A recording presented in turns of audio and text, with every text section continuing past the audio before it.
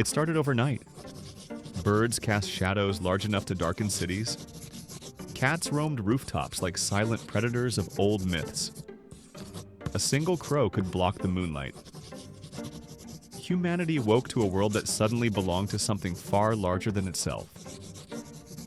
At first it was wonder that people recorded elephants the size of mountains and dolphins leaping over entire islands.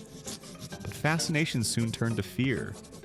Streets shook beneath the steps of what used to be harmless pets. Forests became impassable as deer, the height of buildings wandered through them. The balance of the world was broken. Cities were the first to fall.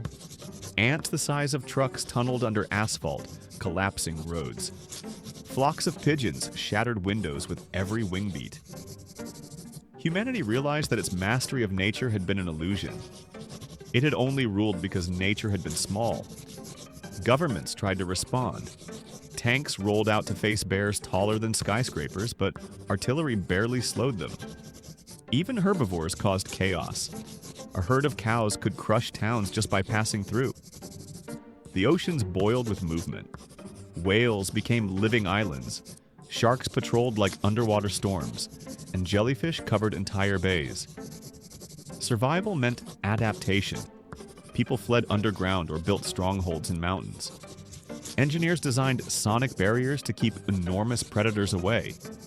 Crops were grown in sealed domes. Every glimpse of the surface was like watching an ancient world reborn, one where humans no longer sat at the top. In time, a fragile peace emerged. Giant animals reshaped the continents. Forests grew back as machines disappeared. Rivers changed course under the steps of enormous creatures, and cities were swallowed by nature. From deep shelters, humanity watched and learned. They discovered that ecosystems healed faster under the new balance. Pollution faded and the air cleared.